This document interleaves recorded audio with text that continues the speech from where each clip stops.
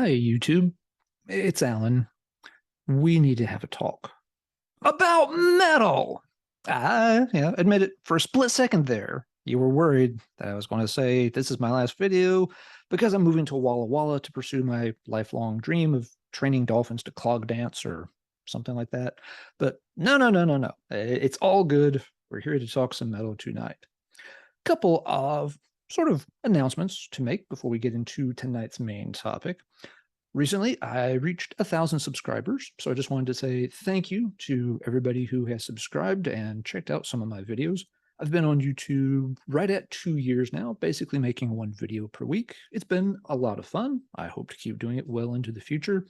And so thanks to everybody, though, who is bothering to subscribe, check things out, see what kind of weird, crazy old records or other stuff I'm carrying on about from time to time. And if you're watching this and you haven't subscribed, you now have the peer pressure of 1,000 other people kind of looking over your shoulder saying, hey, why aren't you clicking the thingy down there? It's a button or a bell or a chihuahua. I don't know. There's something you push and you're subscribed. It's not that big a deal. So you can do so if you would like to. Another quick note to mention is that with the semester starting back up, we're in August. So this time of year, everybody's heading back to school. And I've got to get ready to start doing all that stuff myself. So I will have a little less free time moving forward. I'll still be doing the one video a week here on Let's Talk Metal. I may be doing a little less stuff over on Marty Worm's channel with Heavy Metallurgy. I'll still be doing the Friday night Heavy Metallurgy live stream. Don't worry about that. But I probably will not have time to do the Quick Blast videos with Marty, at least not very often. And I may be in and out of the Wednesday night album club, but fear not, Marty's got other folks lined up to sort of take my place, help out with those things. They'll all do a fantastic job. I'm looking forward to watching their videos on those weeks where I'm not going to be able to participate because, life and work is going to start getting in the way more. But that's okay. We all knew that was coming. Okay, with programming notes out of the way, let's actually talk about some metal. And I've noticed going back through my recent video posts that for the past several weeks, I've been talking about buying and selling metal quite a bit, talking about auctions on eBay, showing some unboxing videos, what kind of stuff I've been picking up this summer. It's been an unusual summer. I've picked up a lot more records and CDs than I typically would at this time of year. And that's all well and good. Folks have enjoyed those videos, but it's been a minute since I actually showed some old records and played some clips for you to check out. And that's what we're going to do tonight. For tonight's selection, I decided to go with some 12-inch singles. This is a format that a few people have asked about in the comments on other videos, and I've said, yeah, I'll be doing more videos showing some 12-inch singles for sure. It's kind of an unusual format by modern standards. I mean, singles themselves are kind of an unusual format by modern standards, but most people, when they think about singles, they think about 7-inch records. But it was not unusual for 12-inch formats to be used for the release of singles as well. Heavy metal and other genres also have utilized that format. We saw a lot of this during the new wave of British heavy metal. Bands would often release a single, sometimes in both formats. They might have a 7-inch version, but also a 12-inch version. The 12-inch version typically came with an extra track on it, so that, might cost slightly more, but you get 3 songs instead of just 2. This format was also used, however, by a lot of American bands. And these kind of singles were not always to help promote the release of an album or anything. I think in a lot of cases, it was just a matter of finances. Your band had been plugging away at it for a while. You'd practiced, you got some original material done. You'd like to record something to sell to fans and show off to folks around town. But recording music was expensive back then. Not that it's cheap today. But for a small band, they may not be able to stump up the cash to record a full-length album, but maybe they could scrape together enough to record 2 songs and put that out as a single. Putting it out on the 12-inch format has the advantage of it's larger. You're probably going to have bigger cover art and such, although we'll see that's not always the case. Something that's basically going to be a little bit more eye-catching when folks are flipping through the shelves at the local record store, so maybe they notice it and they're more likely to pick it up and buy a copy. So yeah, let's look at a few of the 12-inch singles. They picked out 3 bands. These are ones that never really, got their due back in the day. So we're going to give them a little bit of love tonight and check out a few clips as well. First up, we have a band out of Orange County, California. And this is Child Saint. They released this one 12-inch single back in the day. It's the only thing they released in their original run. Really nice eye-catching cover, black and red design, giant logo. Pretty clear right away who this is going to be by. So before we talk about Child Saint a little bit, let's jump over here and check out a clip of the song called Child Saint. As usual, I want to skip into the song just a little bit. A lot of these songs have, a little bit of a lead in. That's not the most interesting part. So let's jump right into the good stuff and see what Child Saint sounds like on their self-titled track. This is coming to you from 1988.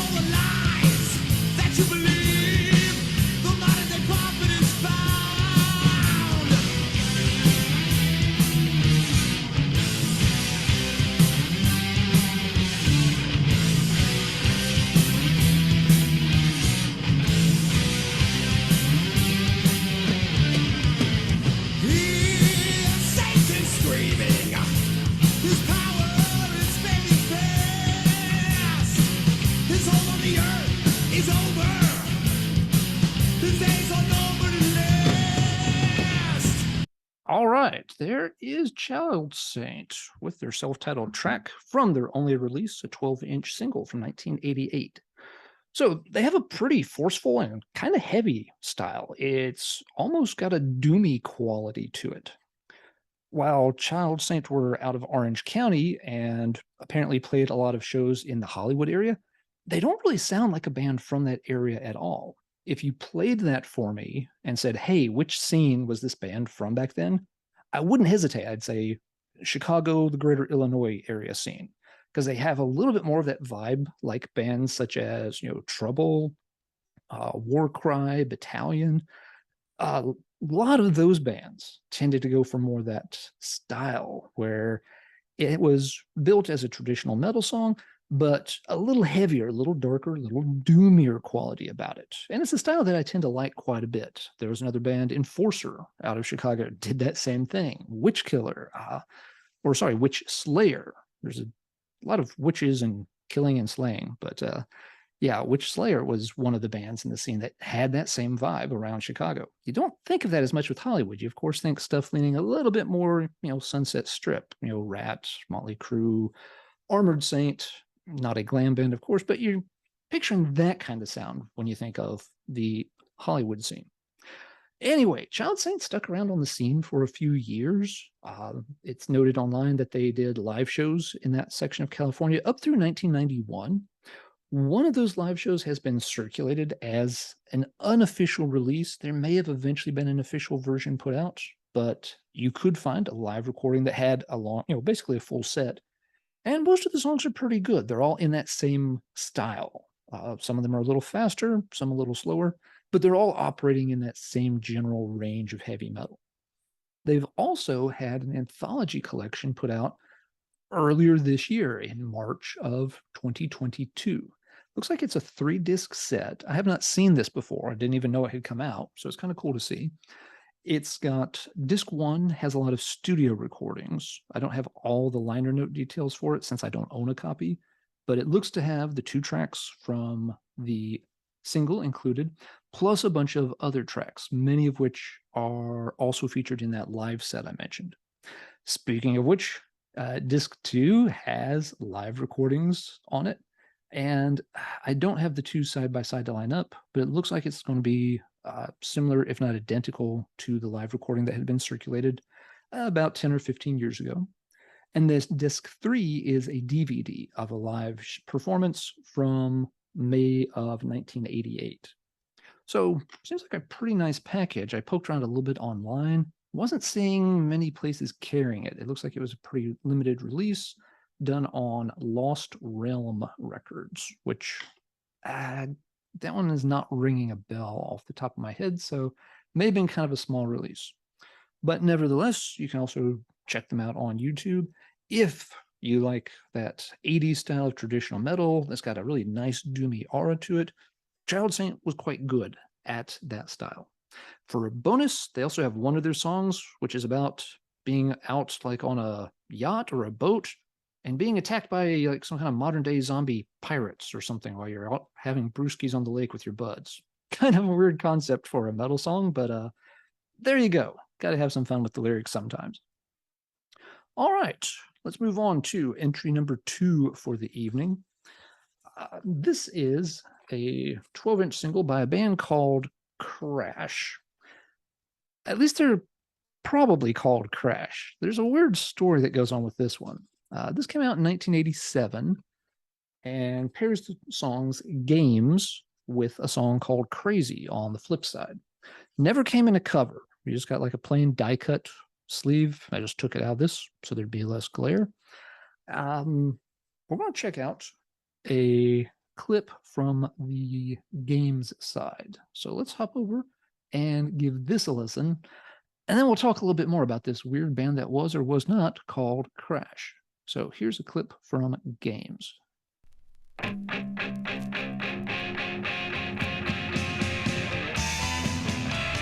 You're going to have to pardon the little intro here.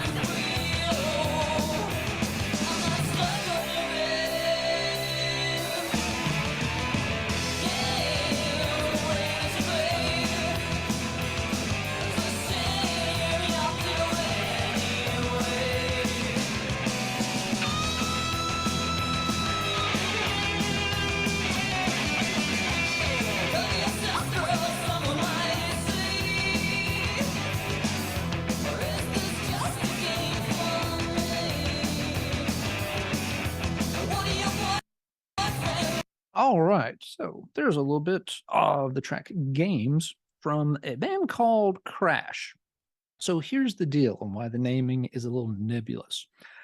Some copies of this 12-inch single are like the one I just showed you, where it looks pretty clear that the band was called Crash. There are other copies of it, however, that have a sticker put over the Crash logo, and on the sticker, it says Danny Praz and the Rock Patrol. And now, if that sounds like kind of a weird name for a band, let's back up. I had to dig into this one a bit to figure out what was going on. But it turns out there are 2 versions of it. What appears to happen is this. Danny Praz was a sort of guitar hotshot local hero in the greater Philadelphia, Pennsylvania scene. And had apparently been on the musical scene for quite a while, even before this came up. I dug around online, found he's got like a bio posted. And he talks about being in several different projects over the years. Crash was like band 3 or 4, so he'd already been at it for quite a while. At some point, though, around the time of this release, Crash kind of fell apart. I guess it crashed and burned. Oh, yeah, I went there. And Danny quickly put together a new project that was called Danny Praz and the Rock Patrol. Don't know if that name was quite going to cut it in 1987, but you know, it is what it is. And so some of these copies seem to have got relabeled with the new band name on it since Crash was no longer a going concern. According to his online bio, Crash existed for several years and played a ton of shows in that part of the country. It sounds like they were one of the go-to opening acts when bigger bands would come through and they wanted to have a local band open up for them. There's not a ton of details given. It's one of those bios that reads a little bit strange. It's obviously kind of, hyping up his career a bit, but also not giving too much detail, so you're not quite sure, is this maybe a little bit exaggerated, or did they just not want to put every little name and date into it? Not sure exactly. Regardless, once you get past that little keyboard intro, the song Games is a real smoker. Very nice track, rocks out really, really well. Now, I will say the track on the flip side, Crazy, is not as strong in my opinion. It's a little more pacey, a little more laid back.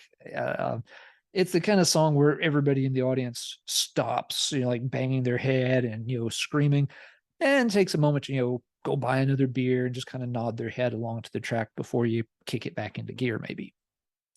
Regardless, it's a cool single. A friend from Sweden had recorded it for me years ago. And yeah, as soon as I heard the track Games, I was like, oh, I have to pick this one up.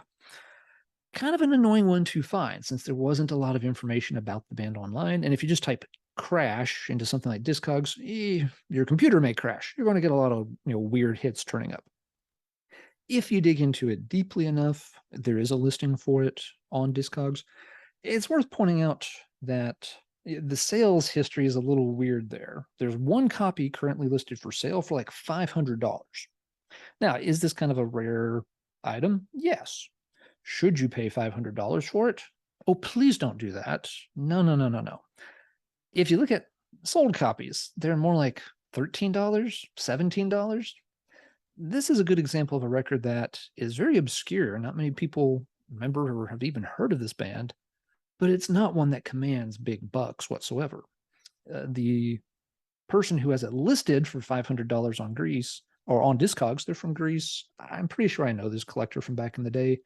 Nothing against them, but they've got most of their collection put on Discogs with very, very high prices. It's like, hey, if somebody wants to give me $500 for this $20 record, yes, I will take their money. So would I. So would you. So they just have stuff listed there with kind of a high price, not really hoping to sell it for that amount, just hoping maybe somebody comes along who is really desperate for a copy and has more money and very little patience than the average person.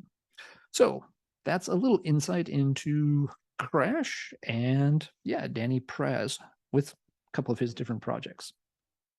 All right, third and last for the night. This is a record that I showed for the first time on a recent Heavy Metallurgy stream. It's the episode that I did with Aaron, the metal theologian, and Jürgen Allman. Marty was unavailable that night, and so I pulled together a backup team, very strong backup team. We had a lot of fun talking about just, very obscure records that we never really hear anybody talk about. We never see anybody show them on YouTube. And so one that I showed was a 12-inch single by another California band out of Fountain Valley called Liquid Earth. Got a very 80s metal band picture here. This came out in 1984 on, I do not know if this is supposed to be pronounced Co-op Records or Coop Records.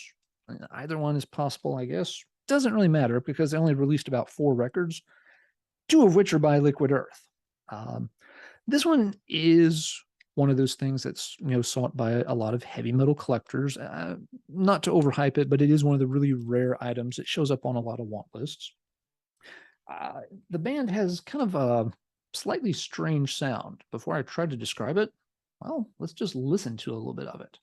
So let's pull up a clip here. This will be from the track Molten Rock off of Liquid Earth's 12-inch single from 1984. Coming at you!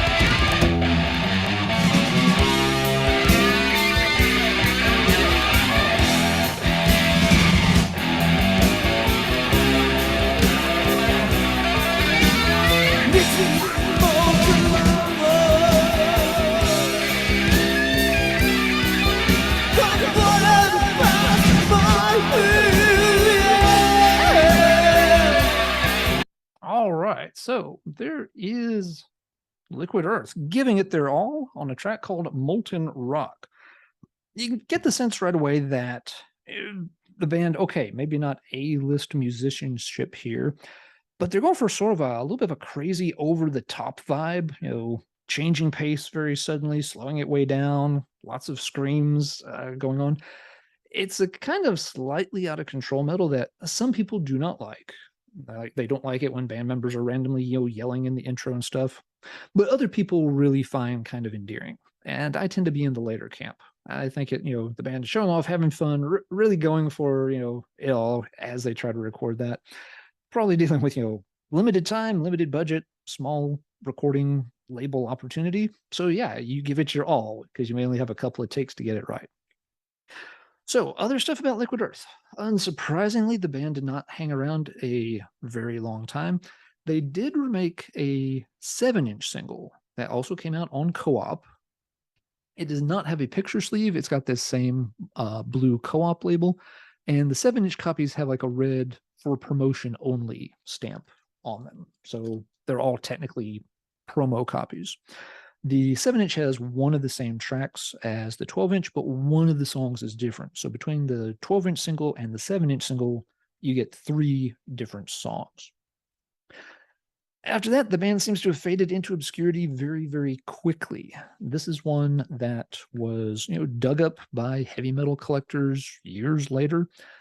Only a handful of copies really made it out into circulation, and then a few more trickled out a few years after that. It's worth noting that most of the copies have some water damage on the cover. My copy has some water right here along the bottom. You can see where it's gotten the paper a little bit messed up, gotten the ink a little bit messed up there in the center. This is neither the best copy nor the worst copy in terms of condition. I've seen some that have significantly more damage than that. I've seen some copies that are cleaner than my copy also. My copy, I got that later. I'm not the person who found this single. I'm not the person, I didn't get one of the copies when it was first discovered. I traded into this at a later date. The band did get to release a little bit more material later on, and this happened around 2010. Let me double check the date on this. Yeah, around 2010, there is a note on Metal Archives about a full-length album that was put out. And they have actually another one listed in 2010 as well. What I remember seeing by the band at this time was an anthology collection, but this was something that was only put out on a digital format to my knowledge. Although I think maybe I'm looking at it now, it says there was a CD pressing as well. This is the Rock and Roll Experience collection. It has kind of a kaleidoscope cover to it. So it's one of the two things the band released in 2010. But yeah, at that time, I only remember seeing it on digital files on download services like eMusic. eMusic was one I used to use to buy music directly from bands. They had a better sort of metal selection than some other places did. So there are some other Liquid Earth recordings out there that you can track down. Fairly inexpensive. You don't have to go look for, one of these crazy old 12-inch singles or 7-inch singles.